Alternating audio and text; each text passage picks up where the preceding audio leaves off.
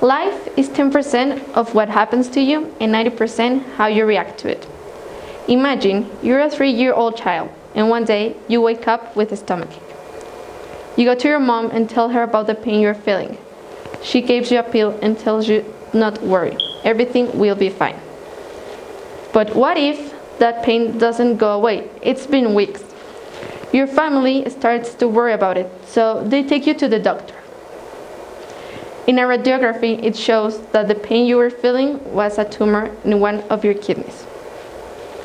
That tumor is given in 1 of every 250,000 kids. It's called tumor of Wilms. From one day to another, you found out you will have surgery, and you will only be left with 1 of your 2 kidneys. Surgery comes great, and you're in recovery. You will have years and months of chemotherapies and radiations. You will travel from one place to another. You will have needles on your body. Soon, your hair will start to fall. But at your short age, you will know you'll be fine. When going back to school, many kids will tell you things about the fact of not having hair or having a scar in your abdomen.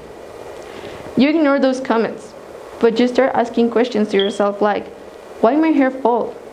And why I have to go to the doctor every 6 months? You grew up and you became stronger emotionally and physically. You get discharged 7 years later, but you never stop being under medical watch. What I have told you so far, it's not my story, but I lived it from the familiar perspective. This person is my little niece, with who I grew up.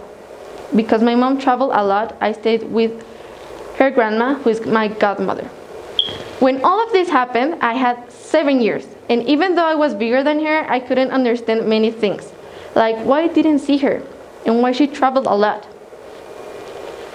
In the time that I passed with her during her treatment, when she came out of chemotherapy many times, she came to my house. And I have a game called Just Dance. And I remember her playing a lot because since then she has loved to dance. And now she has a Just Dance.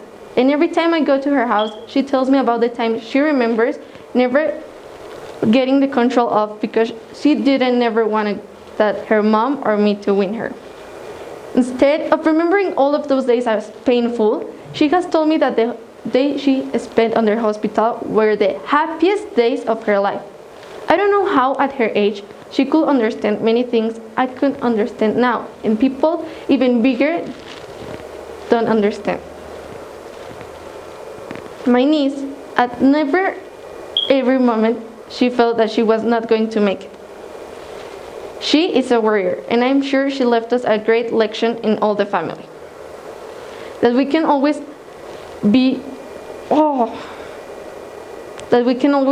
confront the problems with having a united family. Now, she's very good physically and emotionally. Even though the doctor said that her growing up wasn't going to be normal, nowadays, she's growing up normally.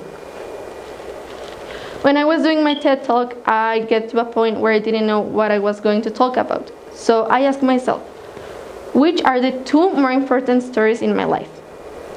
And the one of my niece came to my head, because she's like my sister. And I have learned more from her than what I have learned from my majors. The strength and always having a good attitude. That doesn't matter how big the problem is and how small are you. There will always be an exit and at least one person that will be supporting you at every moment. Thank you.